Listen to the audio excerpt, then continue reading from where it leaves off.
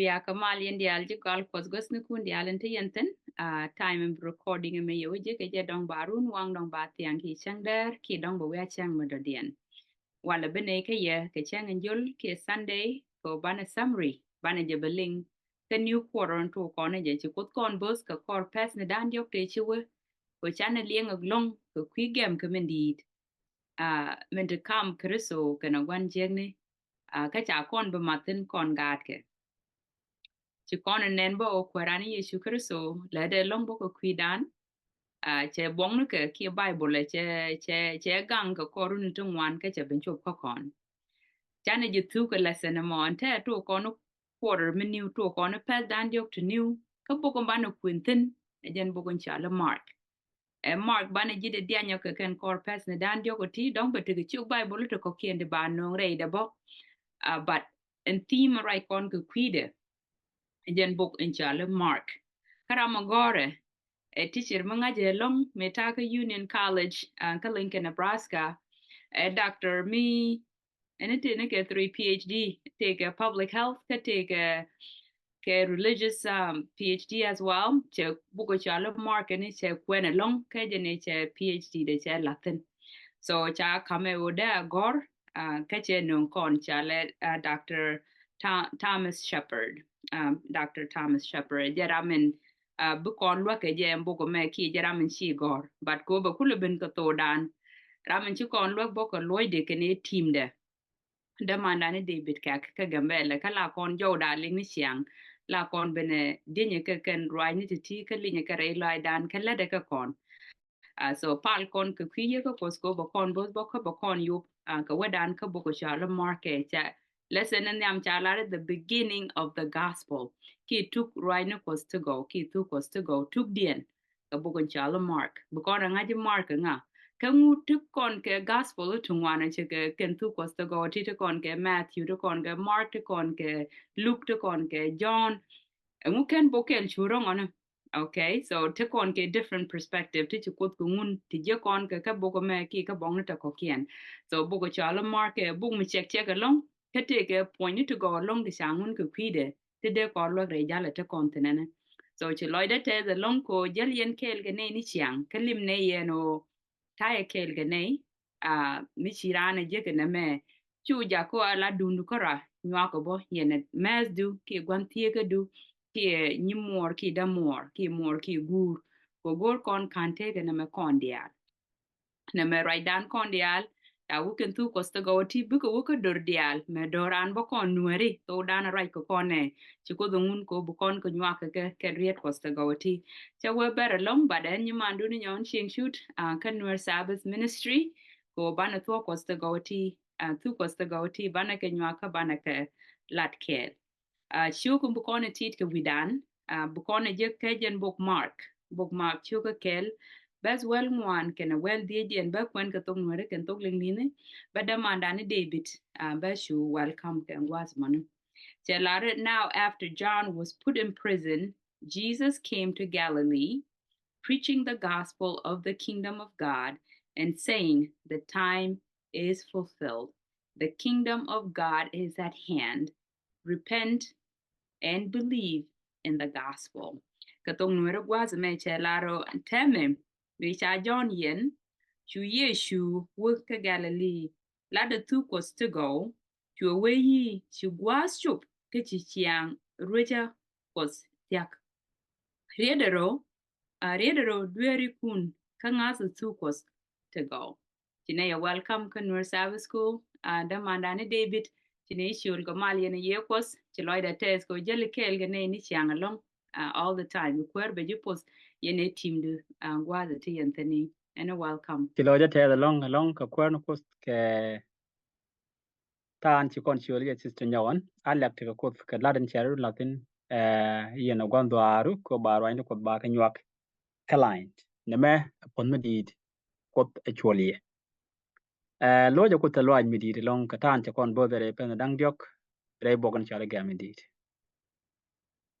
ne me chi me de kon long kelat ko chi me de kon long gelen ku mo de te loaj de lar ka chien kro me ni kon dial ko men ko la re jo me re pen dang diok te chana jal tin ke ku roi ni ko chi me de kon met parwech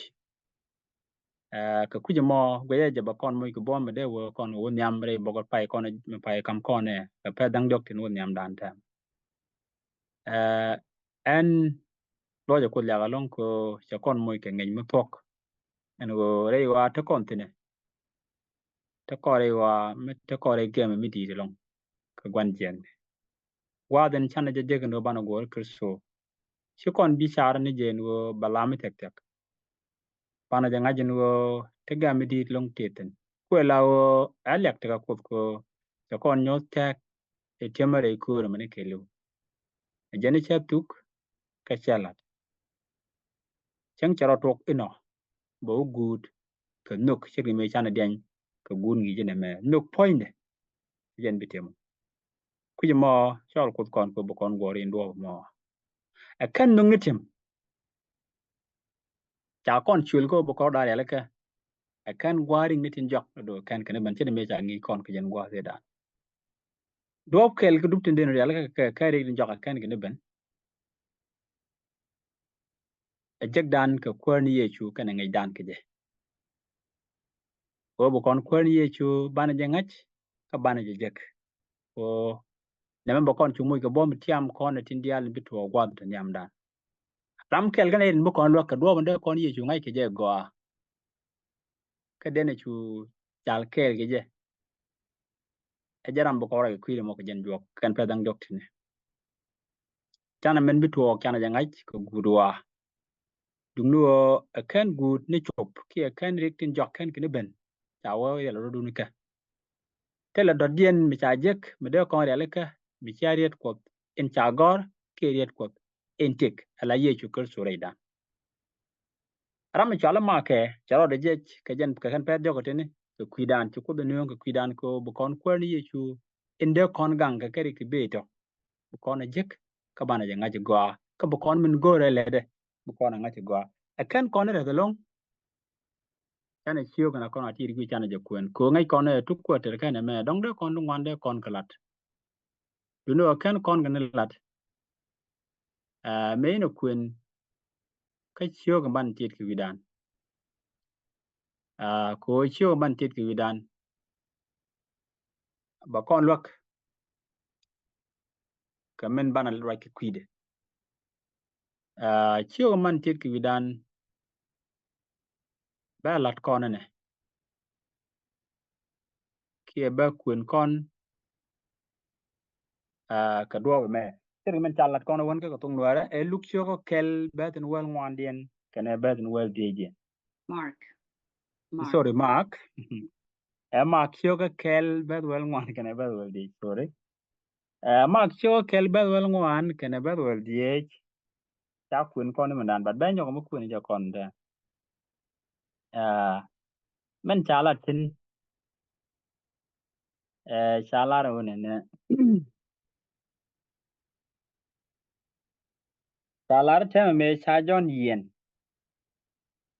2 years sure Galilee, ladder took us to go. To away she guat chop, catch a shang reach a kotak.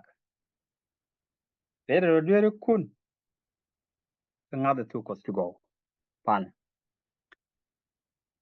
Nay loyak. Gwar mo gan chungni biji tiang kai loai ka te ganong mutel pek ko jin chine bot ka pa dang do fi dot jok re den re ni kudal do den gwadin ka chine ngie ka pa gan ron ko burong re chala da ku jima lu ne la gwadin ko ine nyu kai la jimi dit ka jine nyogo bot wada re pan dang jok ka ngi in gwa andong an chile ben ka jen gwa da me mo ine ka pel pe mi chin me kam ko gwa chi dot jok ko ne te ka chob loai ka men gori la ni ne gwadin ko ba ka men lat ke re bok no mak ki tun to go baga jangai ka bak te show like ke je chudi chu ko rendit amen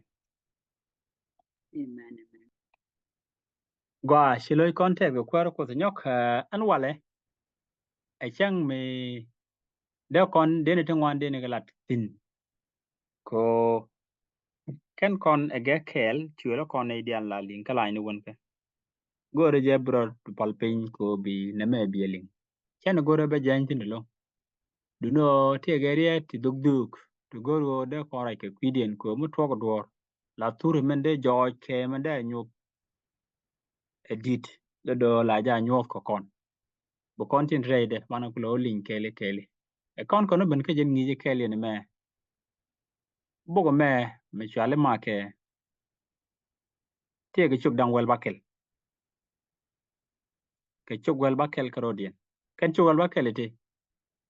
eh ramon gor buk chega gor ta dak le chuk dang wel bakel karodien dong do ko dan ti ramon gor buk yinga so ramon gor buk bu kon je ki yo long bawlat ka pegde chale John Mark ramkel mugur ye chu kurso kana ji kwar ye chu tin ko ken ke war ga che gore mo ko kon le chole tu ko tu go ta gore ma ke ka tuk de le le la da ko ni ye chu chet ke man ngai kona kan war gang ni la ji kwar ye chu ka gor go ni de nywan la kan ka gor ka gwat ke ke ne ji lut ken ke war ga e cha gore ma ke eriet mlodan ni ka tuk de la gor ne jirom tin la kurshi ni tin shin karom ngai kona mi sawo kurshi din shin karom tin dara ta ga ne ti da ji ju redien la do rom a wajuri mi shanke ene ti tel tuk na jam rong la do karai ko inte ga ji jus ka jur ka kuji mo mu gujiri tin lat makke che ye chu kap nyal ka che gor belling elong ko ba chu lo na ye chu me la do jen masai me chalar ka poinde la do akop che lat ne dialen wo bi ne dialen gor ko ni ye chu bi kana ngaje mi chet kenamo cho gwad in kanke elam men dia dung te lo ay kana irin guri ye chu la do che gor belling ke lew lo do kala da jane ideal no ne ideal charo de la ka ko ba ye chukur so gor chicken guru ba gurken nimla to ko kuje mo le ken lan mu gwa mirom ko de dilo a chegno de gor ba tan ka mi cher gana mo ba lat kon ko ko na ngaji war kak mak ko do gor ne la jirom ni tugde rewde wo men tre ritke ke tunu ko stu ko cha gor mak elengu ti la chut ngi ni tin cha gor ka kan chuk dang ba kele tini do cha da gwa dang raw mi ko na gwi ko na long de ko na je ki tu ko to den cha gor mak do cha ka da krew lat kan ni tin dang raw loy kan ni tin dang raw ka cho ke la wona ka cho ba dak bed jen jok lo je ni che ku kwi ko ye chu kerso nga ye chu kerso nga milen kon che je me kama kan teme de ko na jog bo lami den del chara nyok gwa ko meni kon bo mekan kon ko ye chu ngach de kon loy de me de kon libu gwa ka tan ci magalat ke je o ye chu nga jen kelen tin tin tin jen kan ideal wi mo brama je loy ci ke men gore brama je loy ci ke men gore ka bene ri wan bo mekan kuch no ye chu nga na me ci magalin kon gwa atoge ni ke ben ye chu kerso wi mon ci ke ne ri wan ci ye chu kerso ngi to dunu o ye jenga te be pinyal ke luz per ke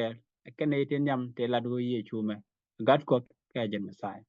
ku ye chu la go men me chiram kel ben joj alara men mi chimo a ye jeng ka ne dia la jenga ga do churam kel bela ro jen jin kreso ke masai men ngai kone jen peter de kon tungwan long to go ka kwi nge dan ko de kon nga ye chu ye nga ba na ga dil je jen bu cha la ma ke rewde e te ko ma chi ye chu ben wi mone kien masai me chi ben wi mone we unit na me di je baw lo go ka chio kan badak den bo ko la bad den dogu de kel a woni ka chio wal bakelen la bo kon chuk mak bok no mak che chuk to go nya gor mak ban ka dak ka kui dang ro ti chet ken to are tin dang ro ti chet ken tin so bu kon nga chi mi chi mak mi che ben nial ka kan tin dang ro tin ka tin no kon ba te grong long to go ro de kon klo en wo ye chu jo ja den ger en mi chi ne ideal ga men ji ka te jal ge ke chi jan ku che gwe ke da woten du no chi mak le jin go ben ye chu la ma sa ye che lo no bu kum ya tu yi mon wan du no wo jo ja ka ba di lu ki der na ku je ma lek te kwar ko chang pek chang tin dial tin ling dien jang kong bi le lat an wala to ko ni ji nyam gore je bi ko won on ko mu guru ka kwen ni chet gen ta gwa den chi bok ni ya dul gor chang long ka mak lo do mi chi je kwar ye chu kana biet bang taralat so chi mak ra ki kwide ka point de bo lo do cho jo ja lo do ka charach amani chang e par je ja lo do kana biet lo do changwan to kong tungwan to go ti chuang na lo do chagalat ana lek te ko ja kon kam en ngi me ka jen kan pe dang jo tene bu kon kwari ye chu gor bana jo nga jo ga ka bu kon lo lad ye chu kur so me bu ga jere wa bu kon nga e ngulut ja ngere mo ngulut gas mane jamo ka nguchi tuogo ka ye chu me te jo ja ngi wala kene me la ngi jo ka men yam chalat kon nyima ndane nyon ka gwa dan to dan ya cha kon jogo tuk to go mi cha wo tuk to go ni chang ngay con ko tung nuari go ngulu dum tuk to go re chiang ka roi dan ko tuk mala tuk te de loaj tuk ti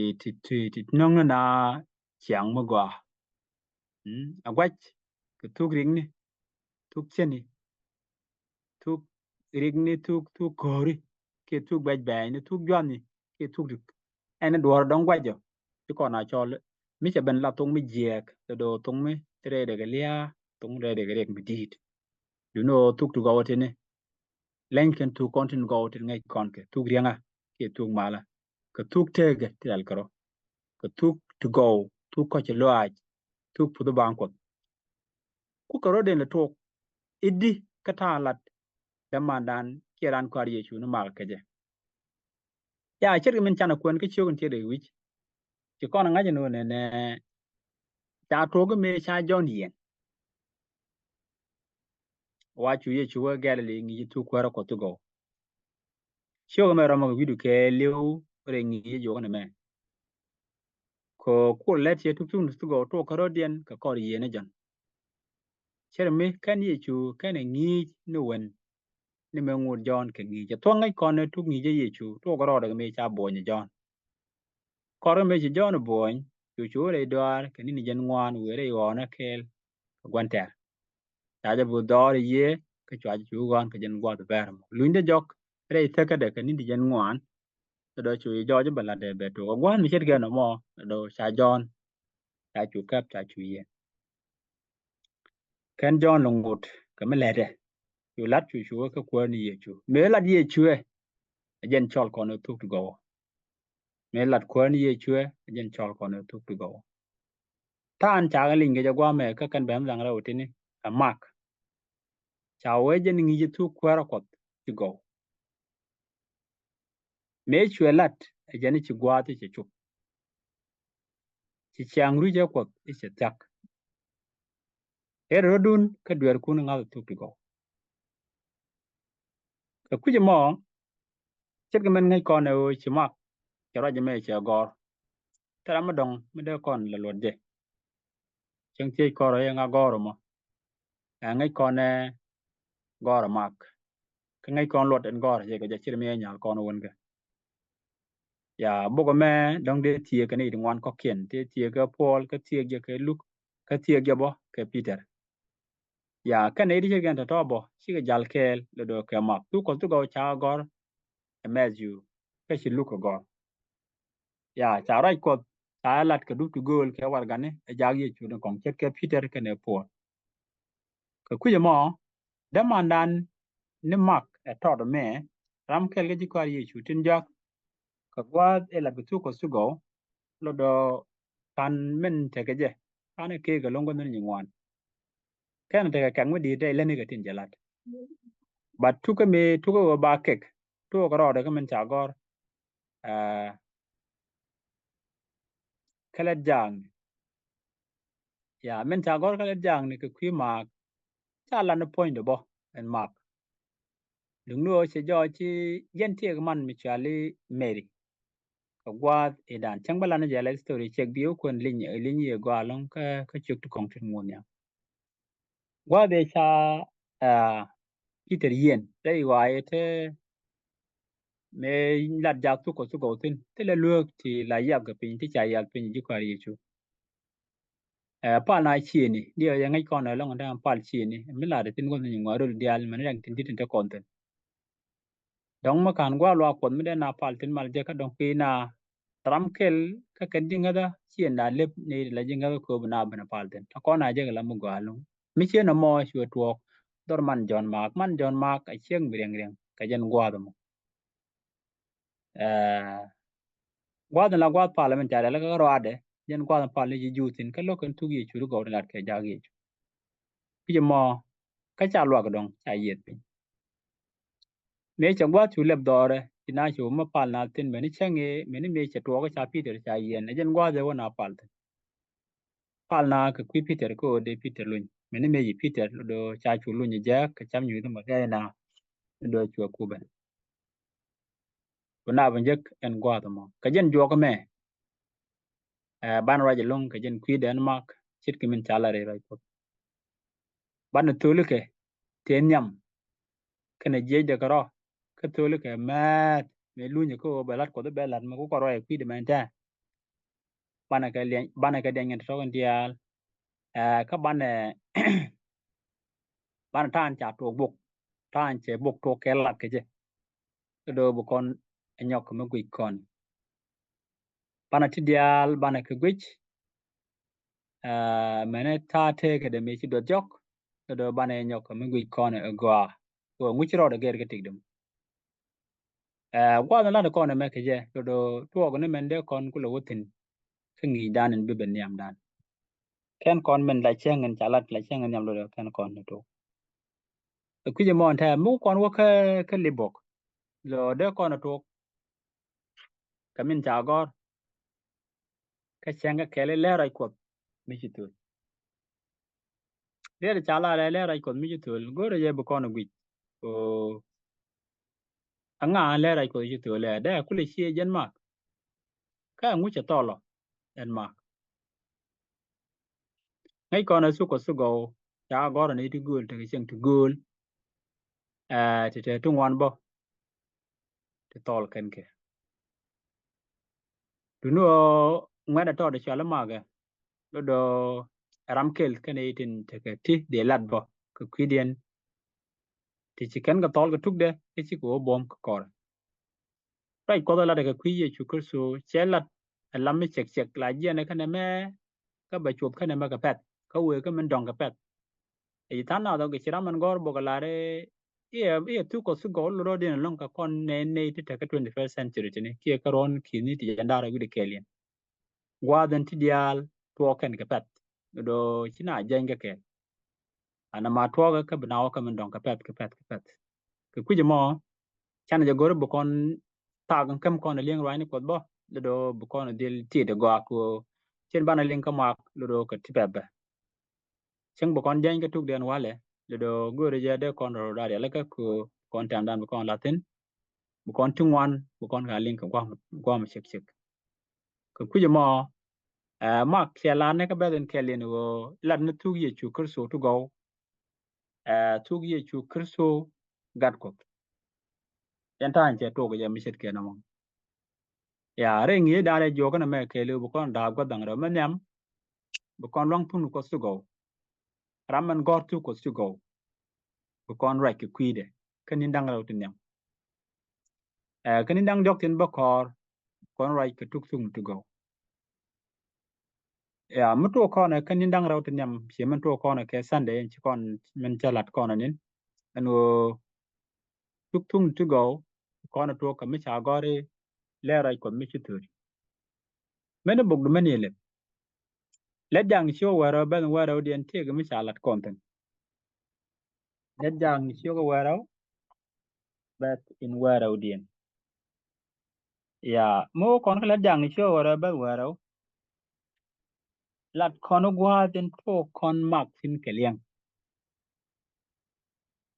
gwa den chama ko kamalat keje zaman gorbo talat kon ne ka jen ben where jani kamin min chata mangach min ta mangach yo wodor meri man jon min chal kaba imma gwadin sinay tun waro durtin ka palke ata mi tedi chama ko kelat ke jamo rei bok le jang en gwad me ta kon juk jen gwa nyam ko ba mak ba kek de ba ling ki ba kek chiri me nyal kon ni tuk de ni no la de jang ni ki raman gor bok luk lar ni wona ne me cha peter yen me chi ye me ja ko do lun rei che jen to jen we lo no dor ching mi chale meri man ra mi chale mak ki man ra mi chale jon in chal ke mak ka kuji mo chit me la kono won ka man John Mark e dore che lip ji lwako en gar ne John Mark me e ngwen me tot gwa te lat me lat ka rai ko tin e ngwen udung tit chawe chere ke darun ti jen ngwan ka ko le ji chu jen gwa me to gi kuma ba ke tino ko agat chek mi chwale meri jen chek mi joj en go rienga ka no ko dwel ko chwa pal jalat ka dore palen cha ja ka mi ngai ke kala jang ni chiyo ga wero ka gwate jen ga pite dwel yena me bararode mani le diale ko kinde chu to ko kora mani li ai rod bo ko kora ka kuje mo John Mark tele mi chalat ere le ngane me lar ga mani chao ke tine dunu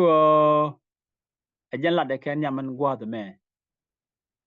men bi ko lorum kan ne ko ken chit ke sol ke barnabas men bu tuok niang lao ngày dan ke je ke jen gwa chala tene ke le jang ni cho wero ba wero dien ja kon ko bu kon ta ro mu je ke ja ye chu ko gwa den tin yam chet ke barnabas ke ne so bu kon chu on ke mi bana je dil ngach man dong bi tuo gwa me e le jang ni cho wel dio ko la ba ke le wona ke ba die ke ba wel dio te ko mo gor kon ga bana ling tin gwa de me le jang ni cho wel dio ba ke le wo ba die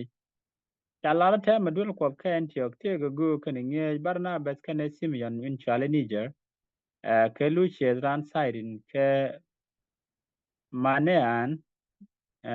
michi pit kel ke Herod in la kwer kene sol kamin palga kwer no kup ke taga mis chuyen gwaral ro we kwache Barnabas kene sol ke pilare min cha ke chalten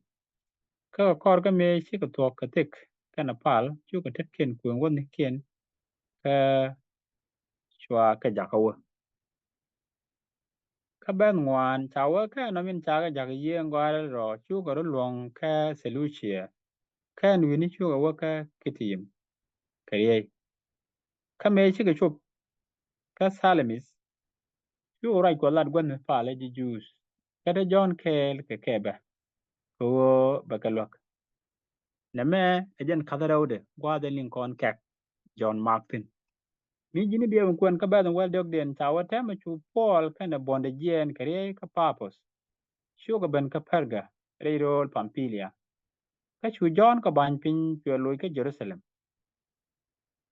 ajan kadan nyam chet ke namo rom John Mark kane Saul ke Barnabas ka ngu chamin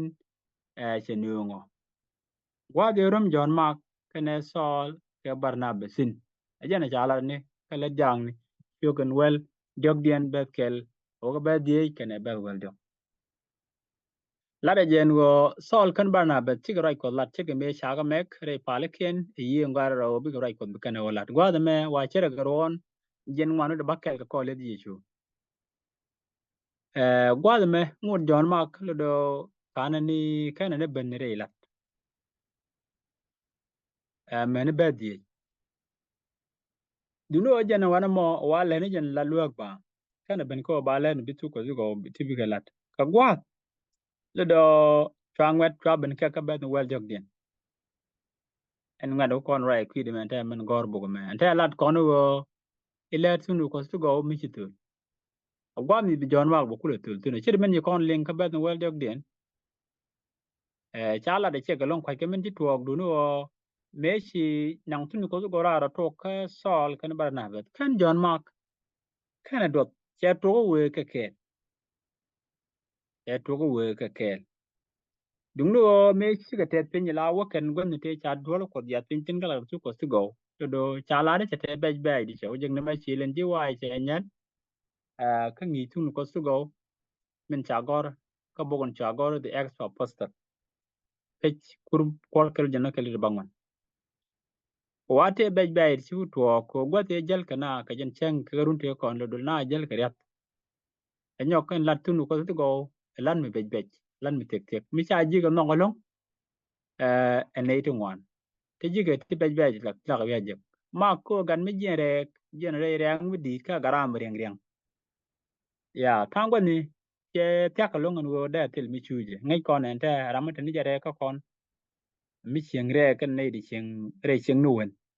mi cha wo tuo ko na jal gwa me ber ke chuk a cheng ram de lo no bombo la ga jo je jara mo de ne de ko kan tin be be tin kan kan ni ko gwa me chi John Mark me cha wo kel kan ji kwa ye chu dang ra barna bes ken Paul wa chu ro do ri chu lu jok a chu lu jok kan ni tu ko sto go cho ga de chu ko ban pin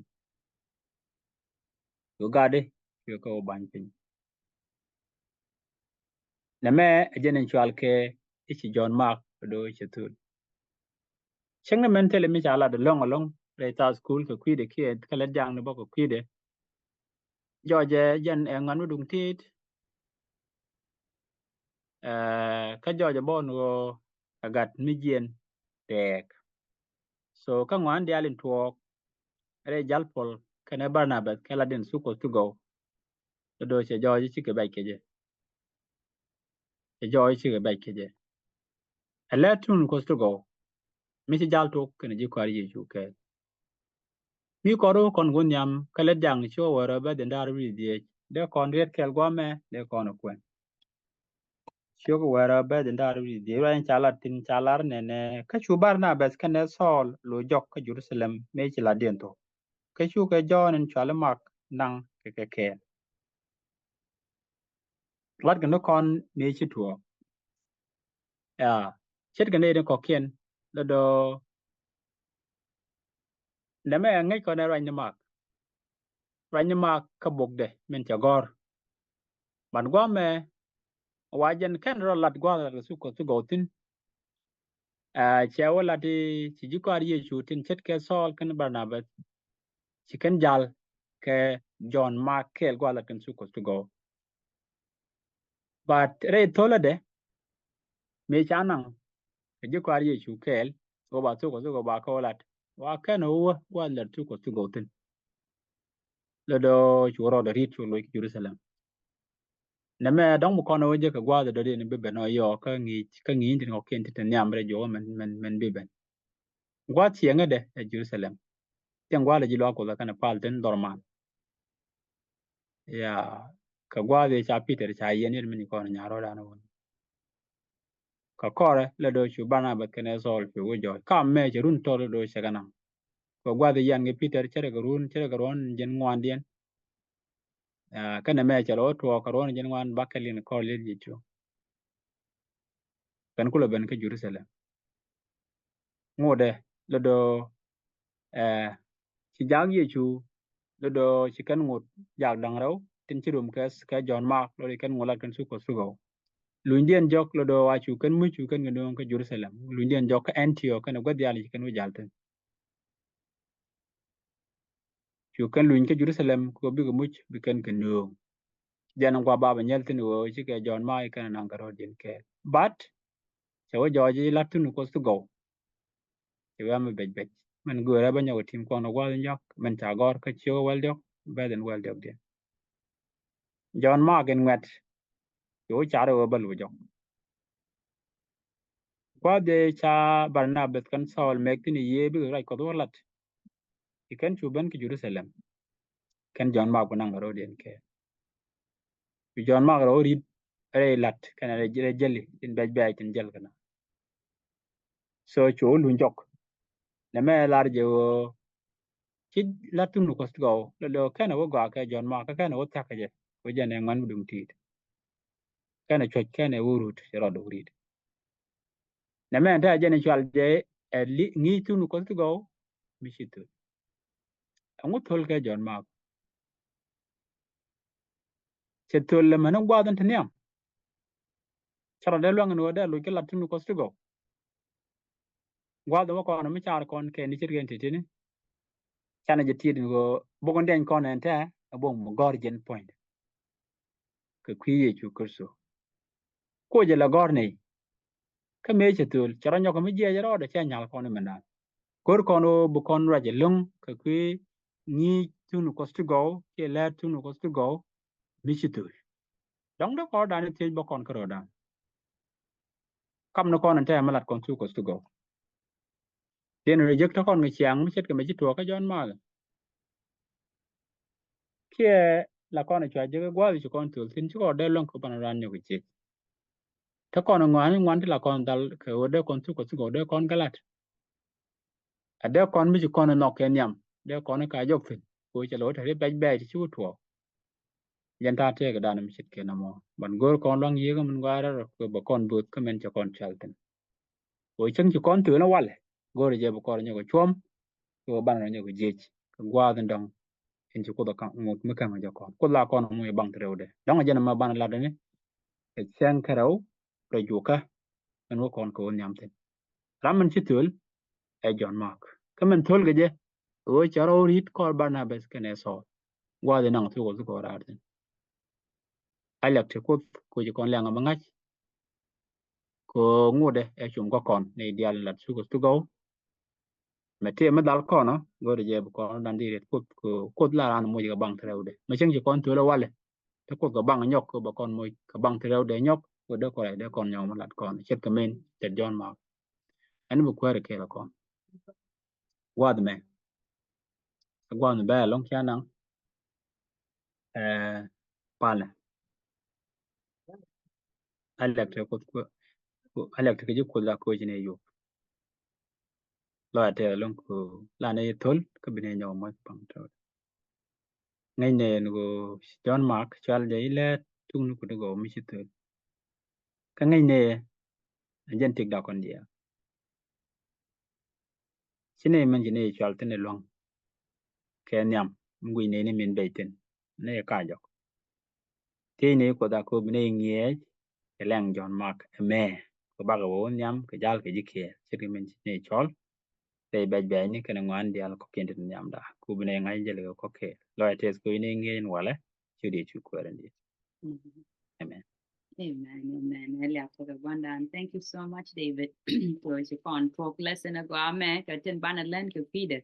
Katuk the guame come upon hopo me don't you con fail. Me you con record take a dante to ngay con ke you con fail. But for dante give up con to the mention demand and a lot con was a man. Any Elia to the wonder, and thank you. There to the mal come back. Lonya joka chang and the dien ko banajare de jogo na man. The quarter was the kale the yaga